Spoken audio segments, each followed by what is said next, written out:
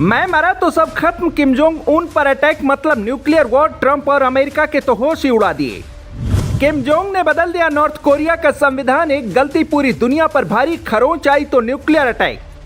Venezuela और Iran के supreme leader की मौत देख किम जोंग ने बदला संविधान, दुनिया के किन देशों में ऐसे कानून। वेनेजुएला के राष्ट्रपति को ट्रंप ने उठवाया तो किम जोंग देख रहे थे। ईरान पर अमेरिका और इजरायल ने बम बरसा दिए तब भी किम जोंग देख रहे थे। ईरानी सुप्रीम लीडर को अमेरिका ने निपटा दिया तो भी किम जोंग देख रहे थे। हर मामले में किम जोंग ने अमेरिका को धमकाया, मिसाइलें चलाई तो कभी टैंक लेकर ही उतर गए। लगातार किम जोंग अमेरिका को अपनी ताकत दिखा रहे थे, एक के बाद एक खतरनाक मिसाइलें और वॉरशिप निकाल रहे थे, परमाणु को लेकर भी बयान दे रहे थे। फिर भी किम जोंग का मन शांत नहीं हुआ तो अब किम जोंग ने देश का संविधान ही बदल डाला है।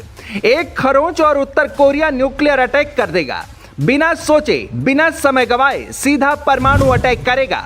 दरअसल उत्तर कोरिया ने अपने संविधान और परमाणु नीति में बड़ा बदलाव करते हुए नया प्रावधान जोड़ा है।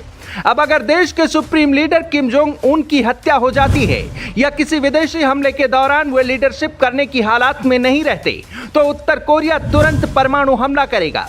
यह बदलाव मार्च में तेहरान पर अमेरिका और इजरायल के हमले के बाद किया गया। इन हमलों में ईरान के सुप्रीम लीडर अली खामेनेई और कई सीनियर ईरानी अधिकारियों की मौत हो गई थी। इन हमलों ने नॉर्थ कोरिया को सोचने पर मजबूर कर दिया और किम जोंग को डर सताने लगा कि भविष्य में ऐसा ही टॉप लीडरशिप को खत्म करने वाला हमला उनके खिलाफ भी हो सकता है।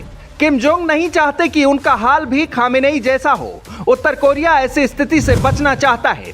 अगर किम या उनकी कमांड टीम मारी जाती है तो देश का न्यूक्लियर सिस्टम अपने आप ही एक्टिव हो जाएगा। किम जोंग उन अपनी सुरक्षा को लेकर बेहद सतर्क रहते हैं। वो हमेशा भारी सुरक्षा घेरे में रहते हैं, हवाई यात्रा नहीं करते। किम जोंग ट्रेन से ही दूसरे देशों में जाते हैं। उनकी ट्रेन एक चलता फिरता किला है।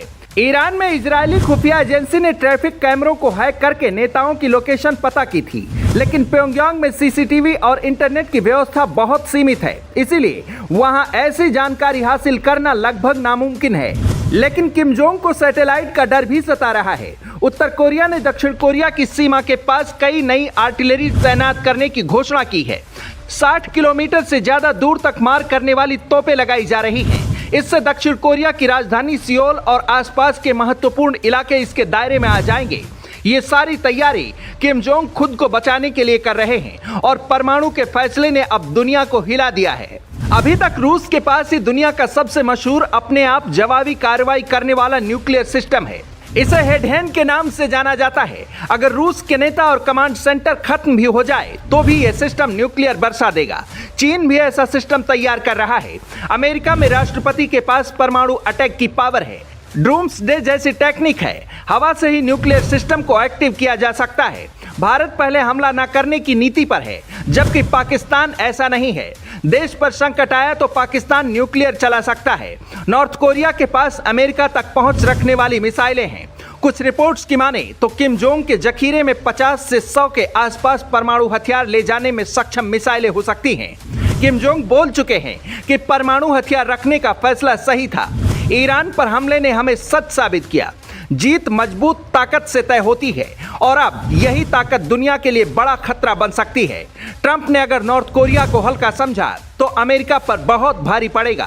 किम जोंग ने जो किया है क्या वो सही है? आप अपनी राय कमेंट में बता सकते हैं।